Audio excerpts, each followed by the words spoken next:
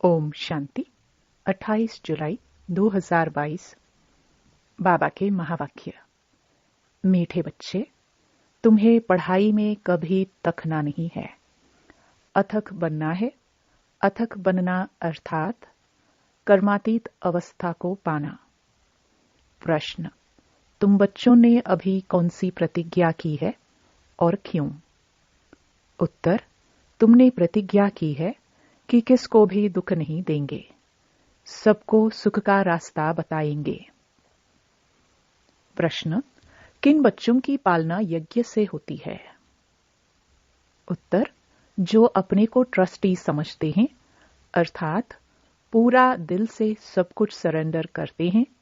वह रहते भी गृहस्थ व्यवहार में हैं, धंधा भी करते हैं, लेकिन ट्रस्टी हैं, तो जैसे शिव बाबा के खजाने से खाते हैं।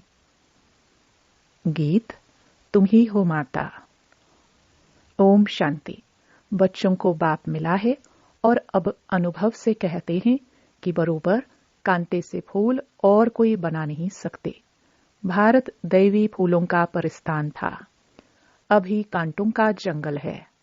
तुम बच्चे अभी जो सुनते हो वह महावाक्य सुनते हो। यह सुनाने वाला ऊंच ते ऊंच बाप है ना। उनकी हर एक बात महान है।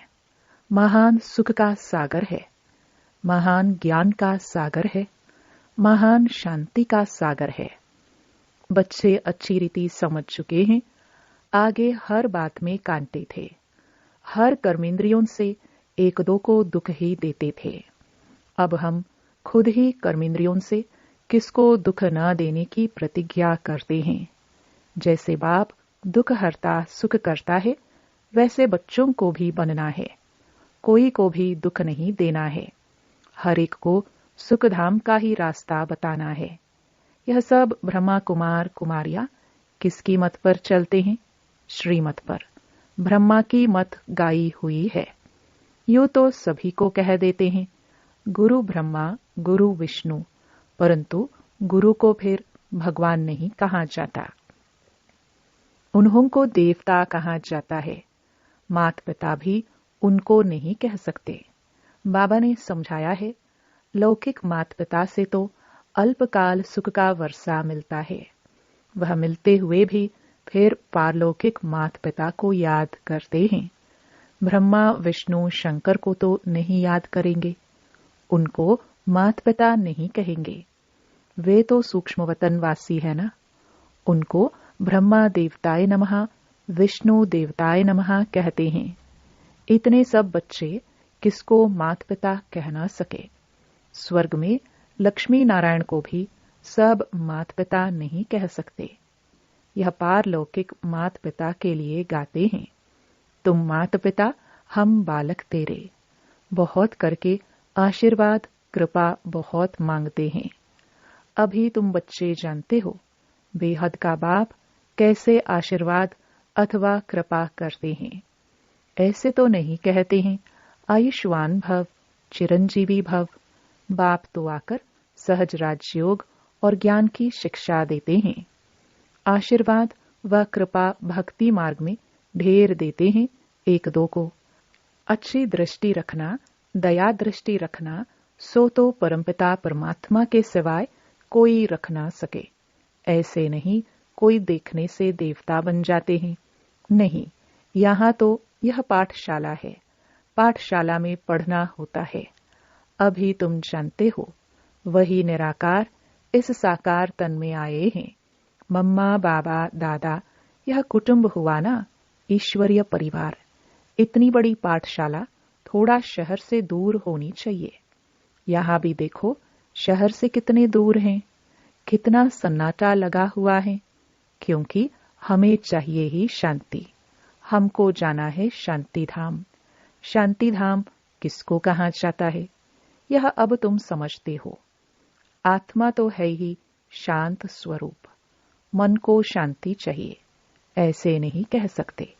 आत्मा में ही मन बुद्धि है ना। आत्मा शरीर अलग अलग है। नाक कान आदि को शांति नहीं चाहिए, शांति चाहिए आत्मा को। आत्मा में ही सारा पाठ भरा हुआ है। वह इमर्ज तब होता है जब शरीर मिले। आत्मा में ही सारा खेल भरा हुआ है। इतनी छोटी सी आत्मा में कितना पाठ है। शरीर मिलने से ही वह पाठ बजाएगी। यह भी अभी तुम जानते हो। बरोबर देवी देवता धर्म वाली आत्मा में ही 84 जन्मों का पाठ है। यह अभी तुम जानते हो, सतयुग में नहीं जानेंगे। इस समय ही गाया जाता है, हीरे जैसा जन्म अमोलक। क्योंकि तुम अभी ईश्वरीय औलाद बने हो। मम्मा बाबा कहते हो ना। अज्ञान काल में जो गाते थे, तुम मात पिता, यह किसकी महिमा है, यह भी नहीं जानते थे। तुम प्रैक्टिकल में अभी सुख घनेरे का वर्षा ले रहे हो। अभी समझते हो कि जन्म जन्मांतर शास्त्र पढ़ते भी नीचे ही उतर आए। यह भी ड्रामा में नोंद है। भक्ति करनी ही है। न भक्ति बदलनी है, न ज्ञान बदलना है। भक्ति की बड़ी सामग्री है। वेद शास्त्र अता है। लिस्ट निकालो तो बड़ी लिस्ट हो जाएगी।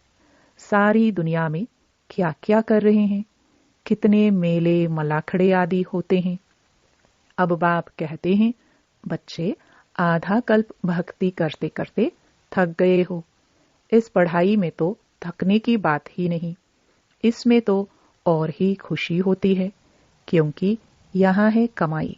कमाई में कभी उबासी व झुटके नहीं आने चाहिए। धारणा कच्ची है, नॉलेज की वैल्यू का पता नहीं है तो सुस्ती आती है। बाप की याद में बैठने से भी बहुत कमाई होती है। इसमें तखना नहीं है। विवेक कहता है, तुमको अथक जरूर बनना है। पुरुषार्थ करते अथक अर्थात कर्मातीत अवस्था को पाना है। अब जो पुरुषार्थ करेंगे, माला कितनी छोटी है, प्रजा तो बहुत बनती है। बाप तो पुरुषार्थ कराते रहते हैं। कहते हैं फॉलो फादर मदर। बच्चे तो ढेर है ना। प्रजापिता ब्रह्मा के भी एडॉप्टेड बच्चे हैं ना। शिव बाबा के एडॉप्टेड बच्चे नहीं कहेंगे। शिव बाबा के बच्चे अर्थात आत्माएं तो हो ही। अज्ञान काल में भी शिव बाबा कहते रहते हैं, परंतु शिव बाबा कौन है, उनका क्या पाठ है, यह कोई भी नहीं जानते हैं। शिव बाबा कहते हैं, मेरा भी ड्रामा में पाठ नोंधा हुआ है। ऐसे नहीं जो चाहूं सो करूं। हमारा भी जो पाठ होगा वही चलेगा ना। इसमें कृपा व आशीर्वाद मांगने की बात ही नहीं है। बाप जानते हैं कि बच्चों की पालना कैसे करनी है, ज्ञान और योग से। तुम्हारी पालना है ही ज्ञान और योग की। मुझे कहते ही हैं बाबा, क्योंकि रचयिता ठहराना, तो जरूर बाबा कहेंगे। लौकिक माँ बाप होते हुए भी पारलौकिक बाप को याद करते हैं। अभी तुम जानते हो, पारलौकिक माता पिता ऐसे हुए हैं। हमको राजयोग सिखा रहे हैं। हाँ, शरीर निर्वाह तो सबको करना ही है। परहेज के लिए यह समझाया जाता है, अपवित्र कोई वस्तु नहीं खानी है। बाकी घर में तो रहना ही है। सरेंडर हो गया ना। बाबा, यह सब कुछ आपका है। बाबा का सब कुछ समझ कर चलते हैं तो वह जो खाते हैं सो यज्ञ का ही है। हम ट्रस्टी हैं। हम यज्ञ का खाते हैं, वो तो सतोगुणी ही है। अगर अर्पणमय नहीं है, अपने को ट्रस्टी नहीं समझते, तो फिर वह यज्ञ का नहीं हुआ। पहले तो अपने को ट्रस्टी समझना है। मनुष्य कहते भी हैं कि ईश्वर ही सबको देने वाला है। देवताओं की पूजा करते हैं, समझते हैं उन्हों द्वारा मिलता है, गुरु से मिलता है, ऐसे भी समझते हैं। परंतु देने वाला सबको एक ही बाप है। सबका दाता एक है। भक्ति मार्ग में हर एक ईश्वर के पास ही इंश्योर करते हैं, समझते हैं दूसरे जन्म में मिलेगा। तुम भी सब कुछ बाबा के पास इंश्योर करते हो। यह शिक्षा मिलती है दूसरे जन्म के लिए। अच्छे कर्मों का फल मिलता है। ईश्वर अर्पणम करते हैं। ईश्वर को अर्पण अर्थात इंश्योर करते हैं। वह है इनडायरेक्ट और यह है डायरेक्ट।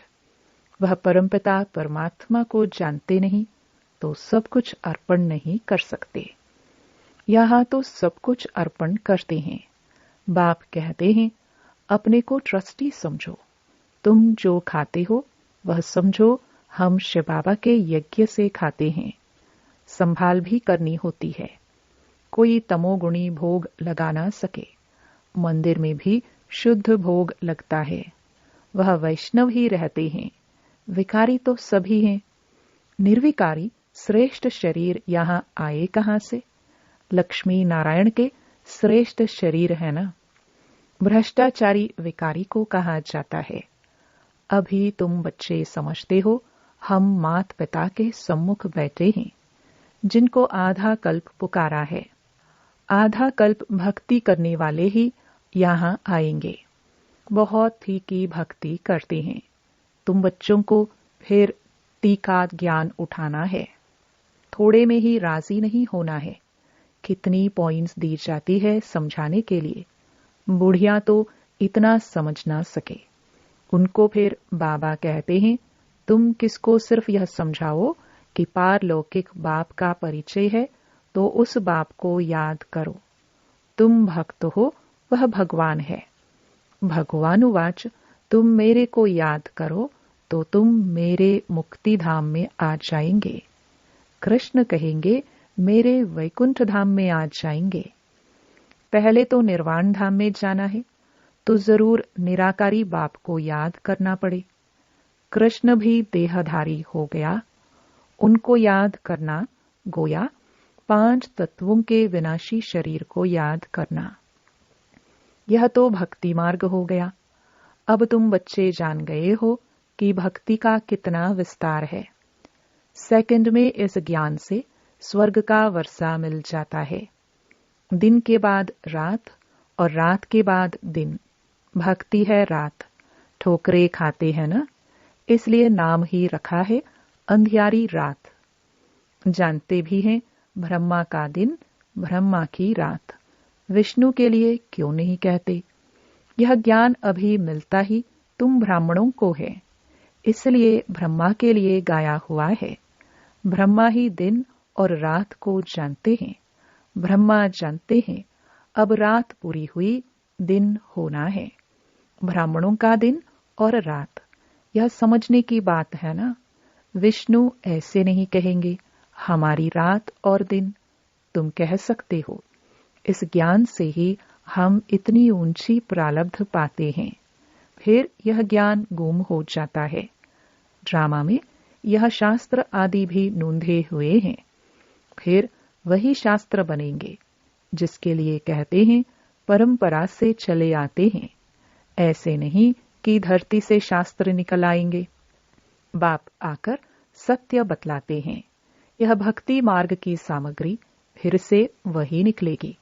बूढ़ी माताओं को यह भी याद कर दो, ऊंचे ते ऊंच है शिव बाबा जो परमधाम में रहते हैं। जहां आत्माएं रहती हैं वह है ऊंचा ठाव, मूल वतन। फिर सूक्ष्म वतन में है ब्रह्मा विष्णु शंकर। फिर स्थूल वतन में आओ तो पहले लक्ष्मी नारायण का राज्य है, जो नई रचना बाप रच रहे हैं। पतितों को पावन बना रहे हैं। कहते भी हैं पतित पावन आओ, तो जरूर सारी सृष्टि पतितों की है। उनको आकर पावन बनाते हैं। जो मेहनत करेंगे वही पावन दुनिया में आएंगे। मूल बात है अपने बाप और घर को याद करना। सबको यही कहो, हे आत्माएं, अब घर जाना है। तुम आत्माओं को ले जाना है। शरीर तो सबके खत्म हो जाएंगे। आत्मा के नाते सब भाई भाई हैं, ब्रदर्स हैं। फिर शरीर के नाते भाई बहन हैं। बहुत मीठी मीठी बातें हैं। तुम यहाँ हॉस्टल में बैठे हो, तुम यहाँ के रहवासी हो। हॉस्टल में इसलिए रखते हैं कि बाहर का खराब संग ना लगे। यहाँ तुमको निर्विकारियों का संग है। अच्छा, आज तो ब्रह्मा भोजन है। शिव बाबा तो खाते नहीं हैं, वह तो अभोक्ता है। देवताओं को ब्राह्मणों का भोजन अच्छा लगता है, क्योंकि इस ब्राह्मणों के भोजन से देवता बनते हैं। तो ब्राह्मणों के भोजन का कितना महत्व है, उनका बहुत असर पड़ता है। तुम्हें पक्के योगियों का भोजन मिले तो बुद्धि बहुत अच्छी हो जाए। सारा दिन शिव बाबा की याद में रहकर कोई स्वदर्शन चक्र फिराते भोजन बनाए, ऐसे योगी चाहिए। पवित्र तो बहुत होते हैं। विधवा माता अथवा कुमारियां भी पवित्र होती हैं, परंतु योगिन भी हो, योगिन के हाथ का बनाया हुआ भोजन मिले तो तुम्हारी बहुत उन्नति हो जाए। 5-7 ऐसे योगी बच्चे हो जो याद में रहकर भोजन बनाए, इससे तुम्हारी अवस्था बहुत अच्छी हो जाएगी। योग में बहुत मदद मिलेगी।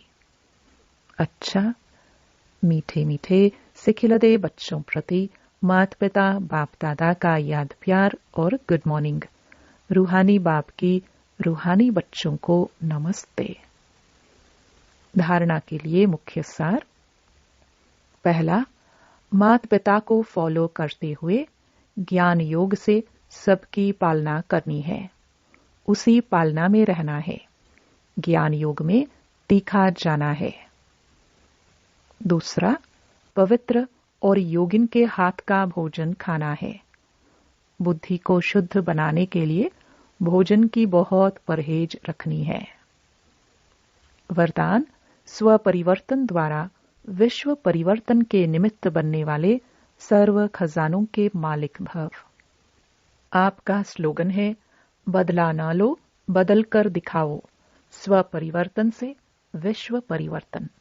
कई बच्चे सोचते हैं, यह ठीक हो तो मैं ठीक हो जाऊं, यह सिस्टम ठीक हो तो मैं ठीक रहूं। क्रोध करने वाले को शीतल कर दो तो मैं शीतल हो जाऊं।